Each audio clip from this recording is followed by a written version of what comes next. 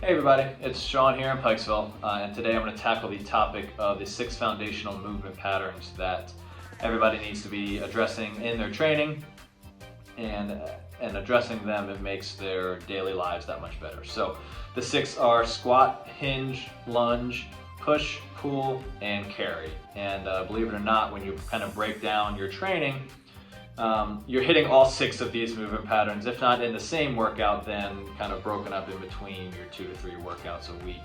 And I'm going to give an example of each throughout your training and how it kind of relates to your daily life. So we'll start with the squat. Obviously a very popular exercise in here. It's a big staple exercise is the goblet squat.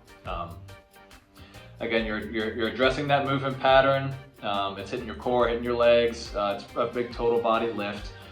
In everyday life, what do you do when you sit in a chair, sitting on a bench or anything? To get up, you need to do that squat pattern to get back up and get down. So the stronger you are at it, the easier it's going to be in your daily life.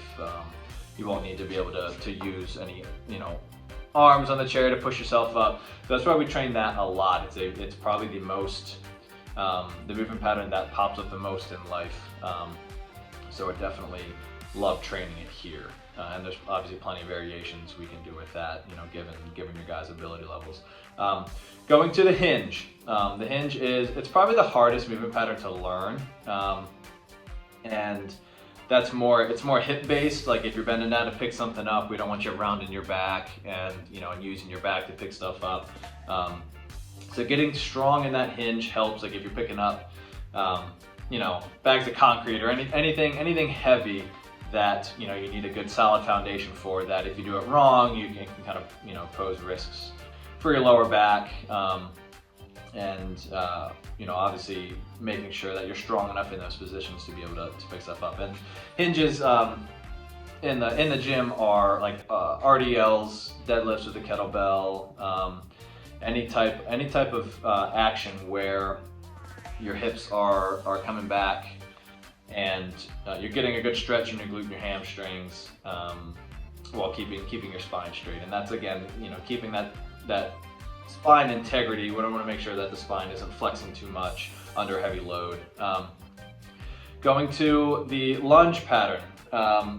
That could be, walking lunges, reverse lunges, which you guys see plenty of, split squats, just a stationary lunge.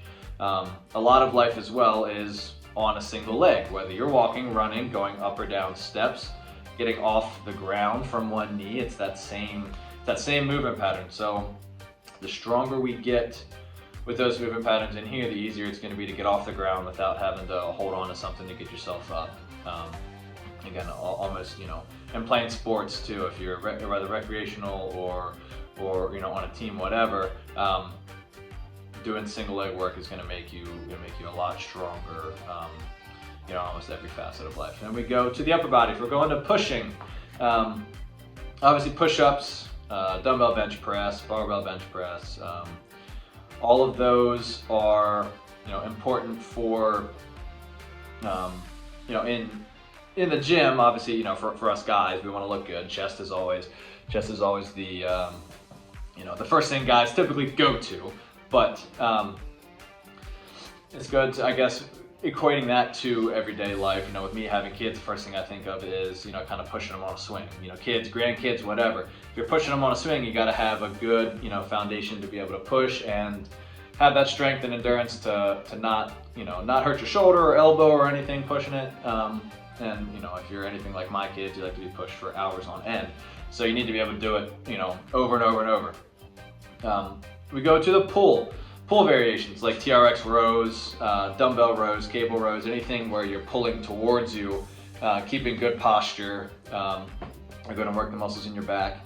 Stronger your back muscles are, the better, again, hitting posture, being able to sit up tall, shoulders back, and not be slouched over. Very important for any of those pulling exercises to be prioritized over any kind of pressing. That's why we do a lot of band pull aparts and face pulls and again posture based stuff to train in those better postures to kind of reinforce them. If you train in a bad posture, you're just going to reinforce that bad posture. So again, helps you sit up taller, reduces neck, shoulder pain, lower back pain, all that stuff.